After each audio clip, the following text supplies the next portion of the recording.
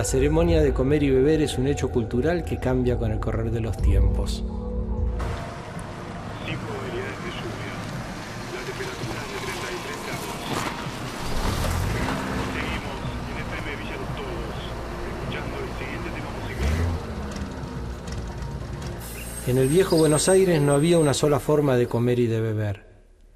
Las clases altas comían de manera muy distinta a las clases bajas.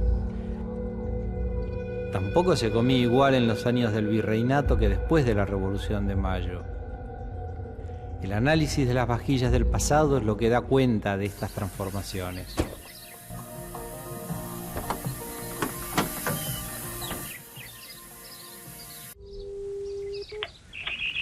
Te comunicaste con el teléfono de Daniel Javelson. Ahora no te puedo atender.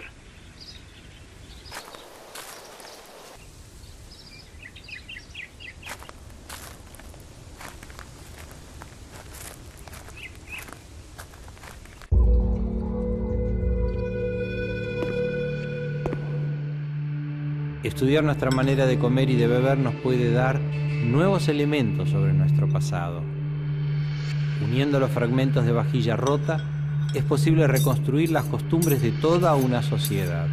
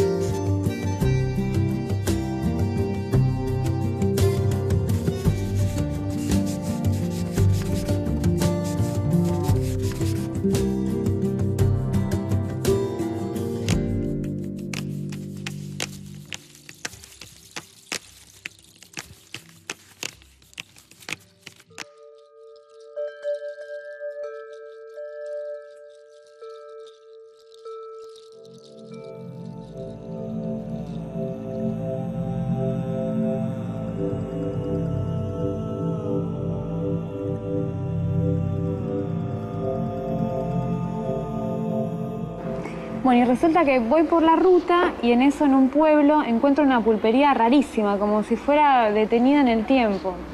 Pero lo que más me asombró es que no había sillas ni mesas. La gente comía con la mano, sin cubiertos, y además todos usaban el mismo vaso. ¿Podés creer lo que te digo?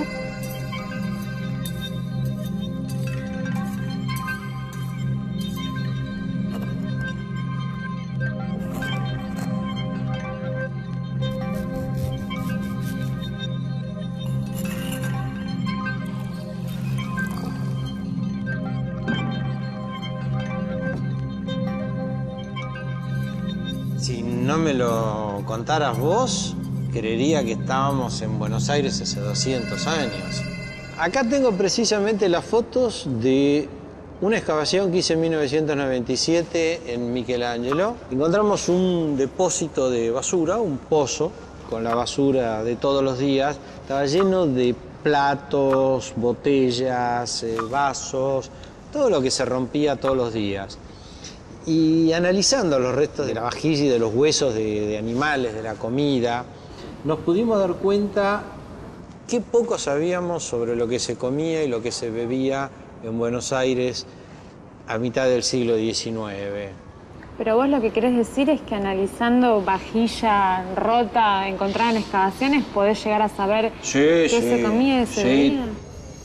Junto con el análisis de la vajilla, los restos de animales encontrados en las excavaciones nos pueden llevar a conclusiones sorprendentes sobre el pasado.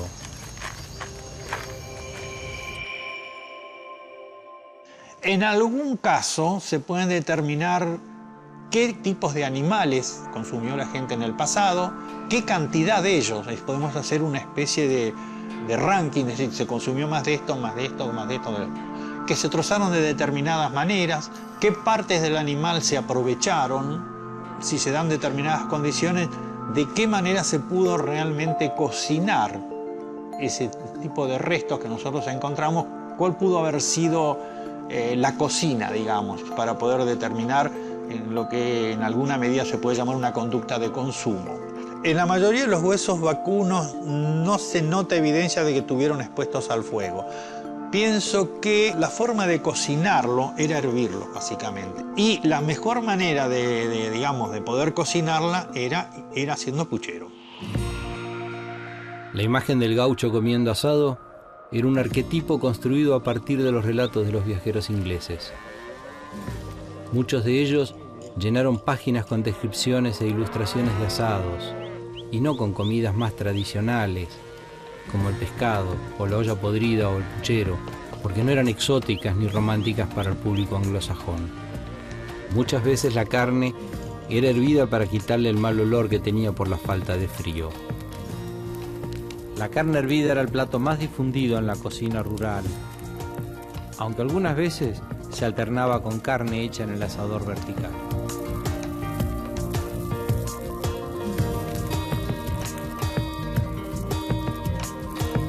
Pero en los inventarios antiguos, por cada 7 ollas había un solo asador.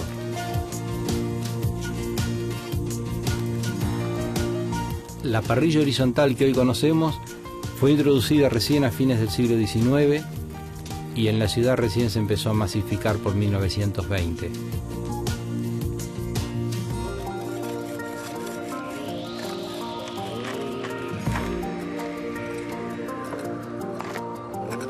Otro mito es que el gaucho tomaba vino con el asado.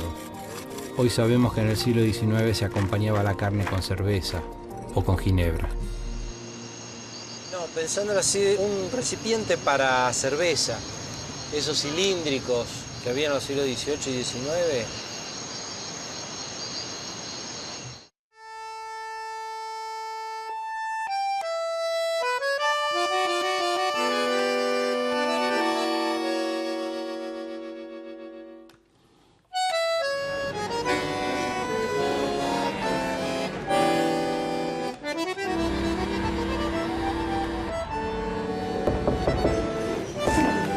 Maestro, ¿cómo va?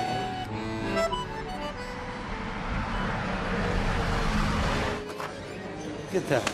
¿Cómo andás? ¿Qué dice, maestro? ¿Cómo ¿Qué va? tal? ¿Qué tal? Sarmiento escribió por ahí que la vieja sociedad porteña era una sociedad de gordas y culones. Se comía muchísimo. Uno de los primeros menúes protocolares de los que quedan crónicas en la Chacarita de los Colegiales, 1700, fines del 18.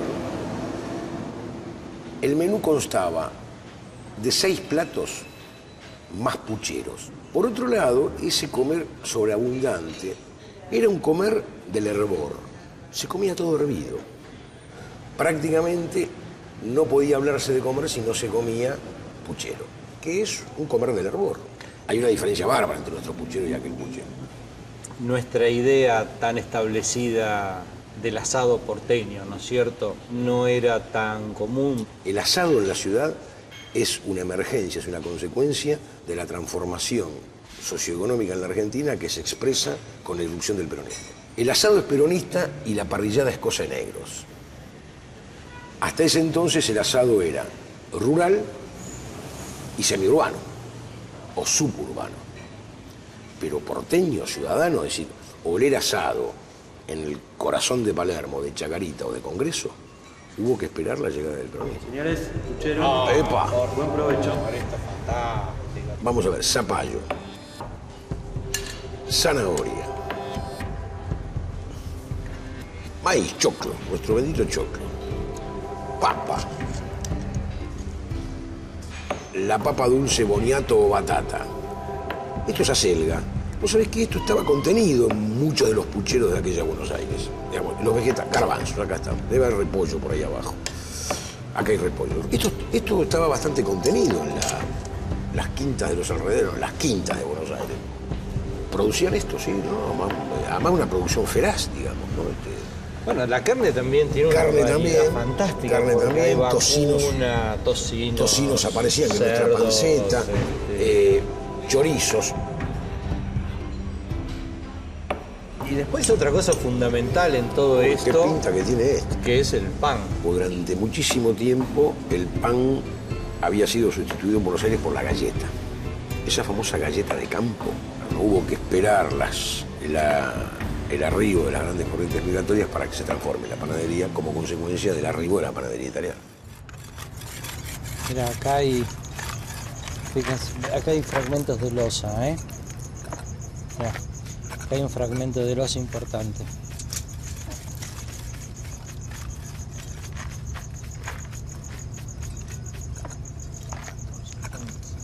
¿Qué crees que es? Yo creo que una vacinica, ¿no es cierto? Parecería, ¿no?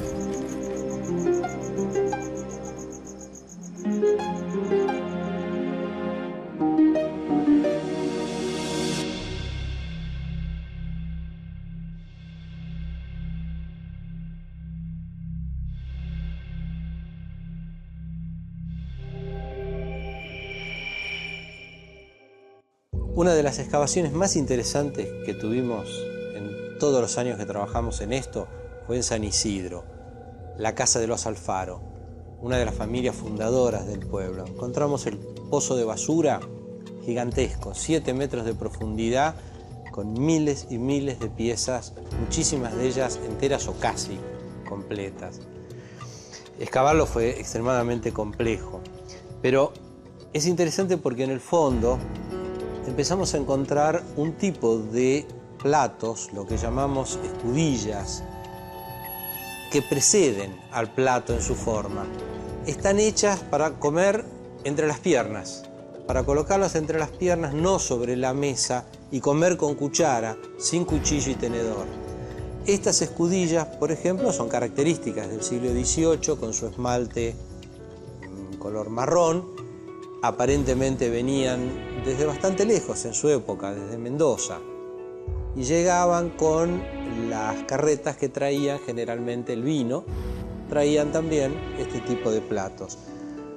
Hay más altas, hay más bajas, hay más redondeadas, hay con los bordes un poquito más decorados.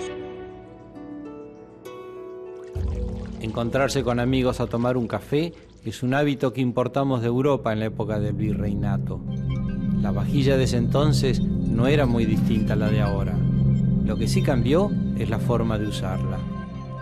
Cuando llegué a esa pulpería que te dije, perdida en el medio del campo, pedí para tomar un café. Y me lo sirvieron de una forma como muy extraña.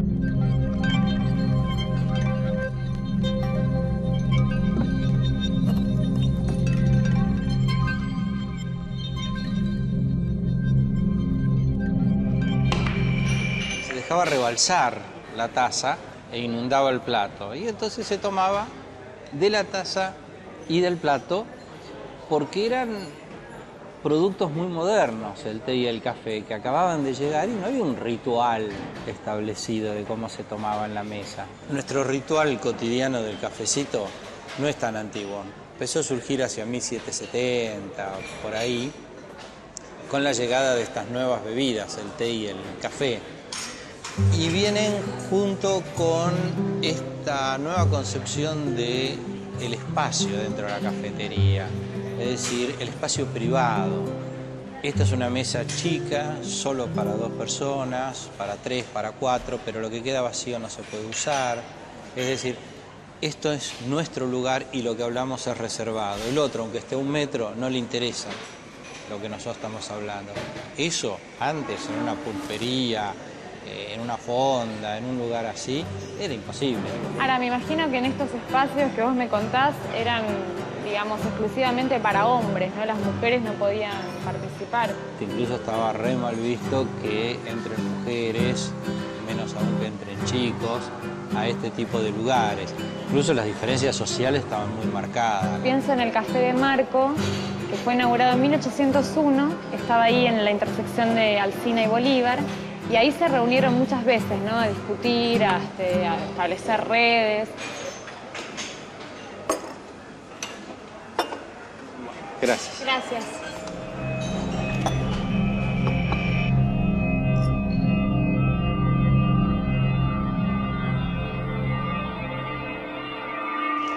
Hoy la vajilla es algo cotidiano y utilitario, pero hasta hace algún tiempo era un objeto que marcaba claramente el estatus de una familia. Es cierto, en muchas casas se podían ver esos típicos aparadores antiguos con toda la vajilla exhibida como para que la admiraran las visitas. Bueno, para eso era el aparador y de ahí la palabra, ¿no es cierto? Era para mostrar el lujo, lo que una familia tenía, lo que una familia mostraba. Había básicamente dos niveles. La cerámica común, barata, modesta, que era lo que se usaba en la cocina, lo que usaba la gente pobre. O la vajilla importada, que era lo que los dueños de casa, digamos, tenían para mostrarle a sus invitados, que eran objetos de lujo, ¿no es cierto?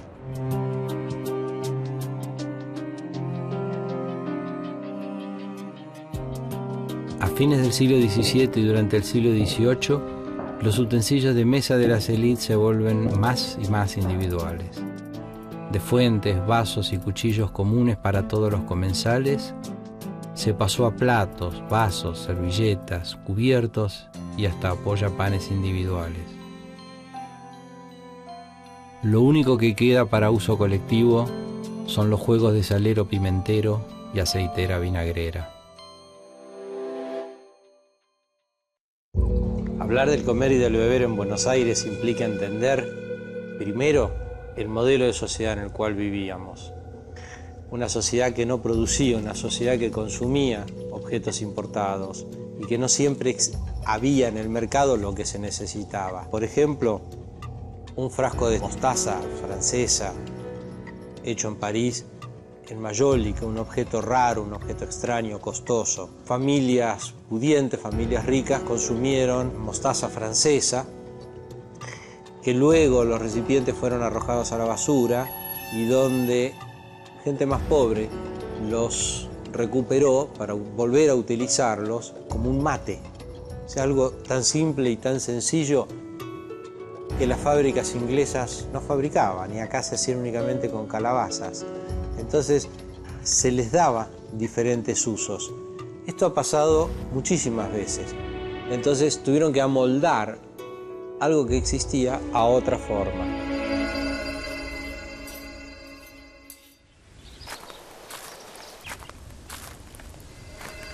En esta pulpería vi cosas que asombrarían a cualquiera. Para empezar, no había mesa. No había ni tenedores ni platos. Y los que comían el puchero lo hacían sobre un recipiente muy raro.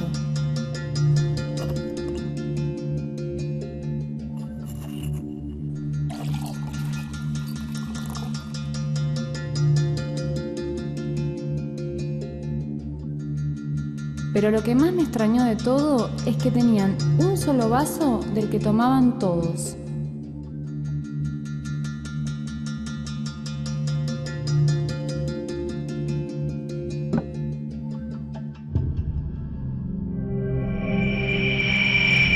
En la mesa cotidiana, ricos o pobres, todos los objetos cambian y han cambiado. No hay nada hoy que no sea el resultado de un proceso histórico, de un proceso de transformación. Los vasos, por ejemplo, eran inexistentes hasta el siglo XVIII, rarísimos. Luego empiezan a fabricarse con las bases muy gruesas, muy pesadas, formas pequeñas. Luego los vasos se agrandan para poder dar la vuelta y que todos tomen de uno solo. Recién en el siglo XIX se transforman en vasos individuales para cada uno. Las copas son hoy en día parte integrante de la mesa, pero cambiaron enormemente. Prácticamente hasta el siglo XVIII este tipo de cosas no existen. Luego fueron cambiando lentamente hacia copas más ligeras, más decoradas, como en este caso grabadas con ácido y luego pintadas con oro. Pese a eso, pese a la calidad que tenían estos objetos, de todas formas a nuestro país llegaban objetos de segunda selección. Esta copa, tan bien trabajada, en realidad está puesta sobre una base totalmente deforme de segunda categoría. Esto hubiera sido inaceptable en otro tipo de sociedad o en otro tipo de mercado.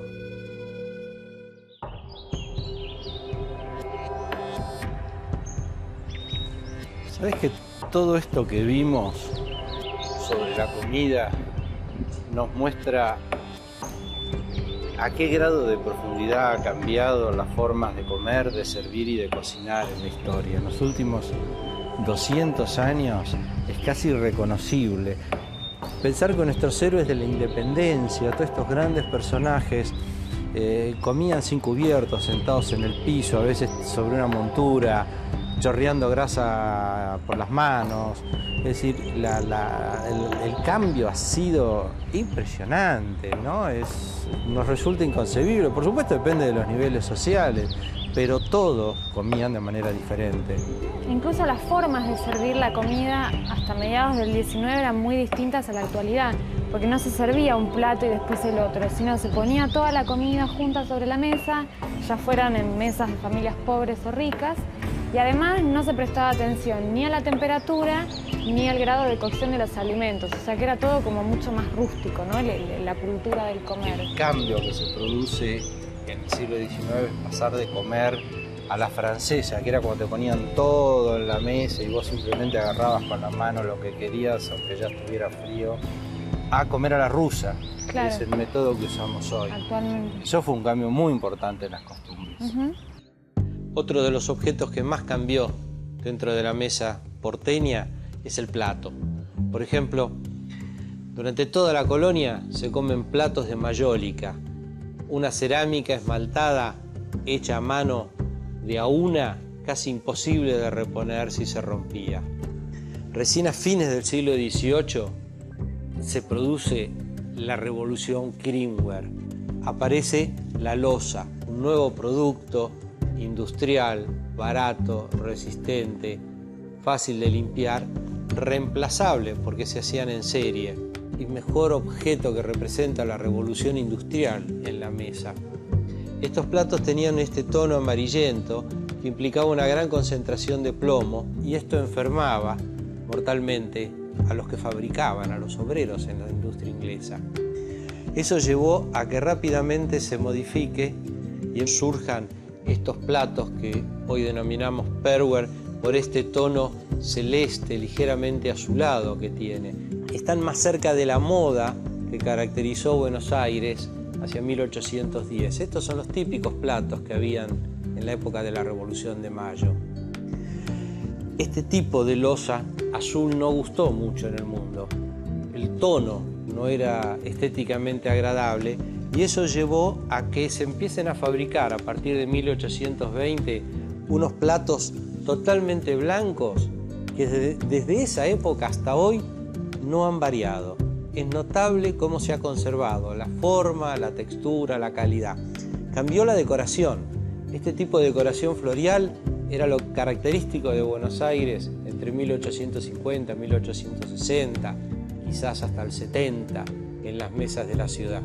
Y hablando del comer y del beber, tenemos una lección, que es lo que entendemos de todo esto. No existe ni ha existido una sola forma de comer argentina o porteña. Ha habido tantas como momentos han habido de la historia y como grupos sociales compusieron cada uno de esos momentos. Comer y beber son necesidades básicas del ser humano. La manera de hacerlo depende de factores históricos, culturales y sociales. Los usos y las costumbres cambian permanentemente y la vajilla que conocemos en la actualidad tal vez dentro de unos años tenga otra forma. Y aunque la descartemos o se rompa, seguramente esos fragmentos van a seguir contando muchas historias. ¿Qué nos dice la arqueología sobre el choripán? ¿La arqueología? Tiene que ponerle machimichurri, que está buenísimo. Ah, bueno. Bueno, ¿me pones un poco a mí? Vamos. Gracias. Pero para un cachito, vos no eras vegetariana. Sí, bueno, pero esto es un experimento científico. Cuando llegó el trigo se expandió rápidamente y fue autosuficiente para la producción de pan. Pan de hogaza, muy al estilo viejo castellano, al estilo español. La cocina que preexistía a la conquista y a la invasión. El restaurante es un producto de la modernidad. Digamos, hay antecedentes. Y me estoy acordando, los que tuvieron un pre-restaurante, porque eran tabernas, que no es el restaurante, previo a la modernidad, fueron, fíjate que socios, Leonardo, Da Vinci y Botticelli, tuvieron la taberna de los Tres Caracoles.